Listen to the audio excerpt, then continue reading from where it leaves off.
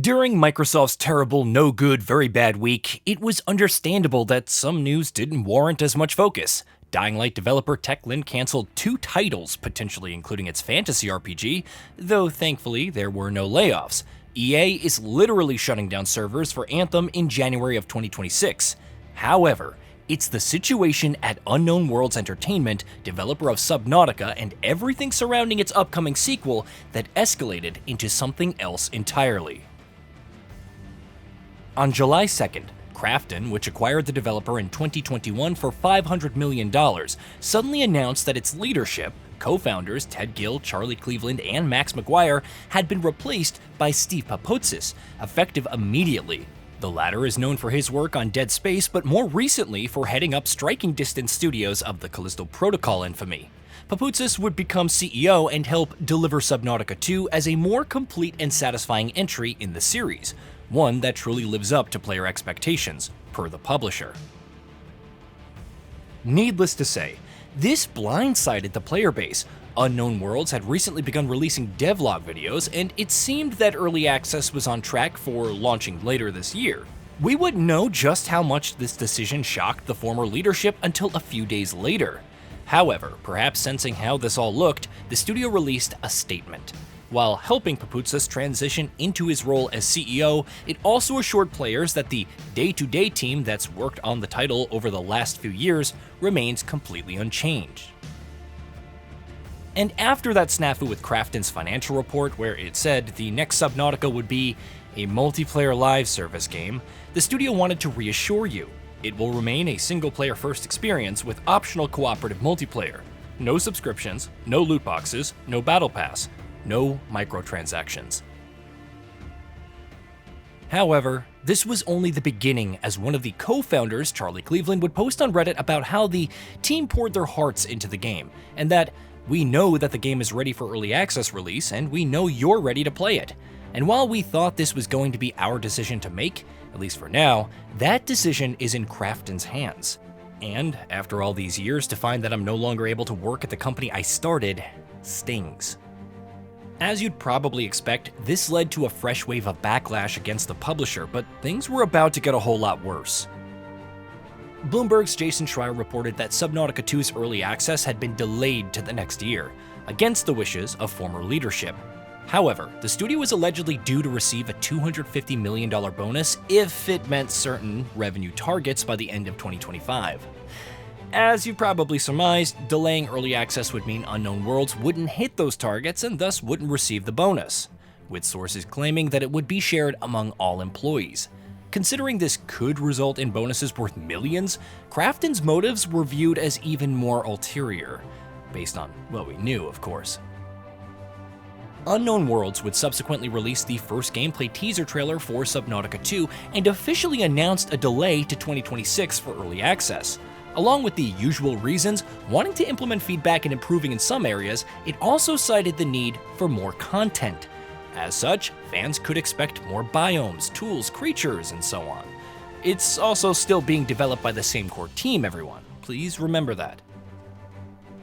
This was viewed as damage control by the community, who had begun calling for a boycott of the title, and whether a boycott would be effective or not, a Reddit post with 55,000 upvotes among everything else wasn't the negative press that the studio wanted.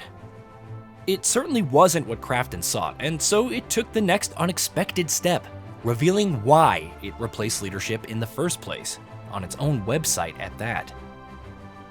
It cited that an overwhelming amount of the $250 million bonus, 90%, would go to the studio's co-founders, with the expectation that they would demonstrate leadership and active involvement in the development of Subnautica 2. However, Krafton alleges that they abandoned the responsibilities entrusted to them, and that the sequel was meant to launch into early access in early 2024.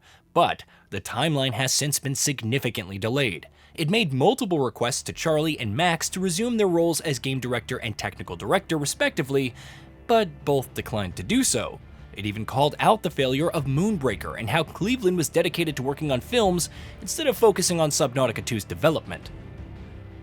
This created repeated confusion in direction and significant delays in the overall project schedule, with the publisher feeling deeply disappointed by the former's leadership conduct, and above all, we feel a profound sense of betrayal by their failure to honor the trust placed in them by our fans. This resulted in the difficult yet necessary decision to change the executive leadership. Oh, and don't worry, as it assured once again that Subnautica 2 is developed by a dedicated core team who share genuine passion, accountability, and commitment to the game. Furthermore, it promised fair and equitable compensation for all remaining Unknown Worlds employees, who have continuously and tirelessly contributed to Subnautica 2's development, reaffirming its commitment to provide the rewards they were promised. Does that mean they'll receive a piece of the promised $250 million payout after all?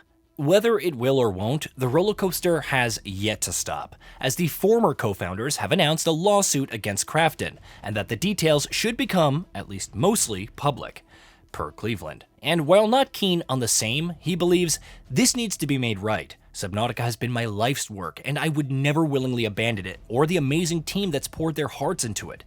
Furthermore, he denied that the co-founders wanted to keep most of the bonus. Historically, we've always shared our profits with the team, and did the same when we sold the studio. You could be damn sure we'll continue with the earnout/bonus as well.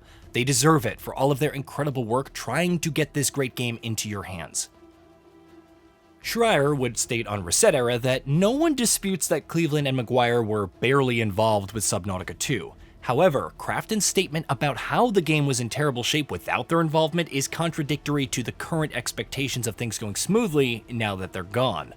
Granted, it doesn't quite account for Gil, who was the actual CEO during all this, or how capable Papoutsis is, now that he's in charge, but it's worth noting. There have also been leaked screenshots about content that was allegedly cut for early access had it launched this year. While the legitimacy of the source is up for debate, what isn't are the actual responses from the studio. Over on its official Discord, community manager Donya Abramo clarified that its statements on the delay was the studio's and not Krafton's, and that the only people who have been working on Subnautica 2 directly are the developers at Unknown Worlds. There was also the assurance, yet again, that there would be no microtransactions, battle passes, subscriptions, or loot boxes. At this point, I want to see this as an official sticker for box art and store listings. Other statements from the developers include how there are no concerns about the story, which hasn't seen any rewrites, and that the recent trailer is gameplay and not CGI. For what it's worth, the team working on the title are still showing transparency to the community, to the extent that they're able, of course. To say that everything else is a mess would be an understatement. Is it a case of leadership neglecting its duties? Is Krafton really the evil corporation, the Altera given form, that everyone is painting it as? At this point, we probably won't know everything until the actual lawsuit begins. How Subnautica 2 turns out in these conditions remains to be seen. But one thing is for sure. Krafton and Unknown Worlds have an uphill battle to fight, in the public eye. Never mind having to surpass expectations with early access. Hey, did you know that we at GamingBolt upload new videos every day? Stick around, drop a like, subscribe, and hit that bell. And let us know what kind of content you'd like to see in the future with a comment below.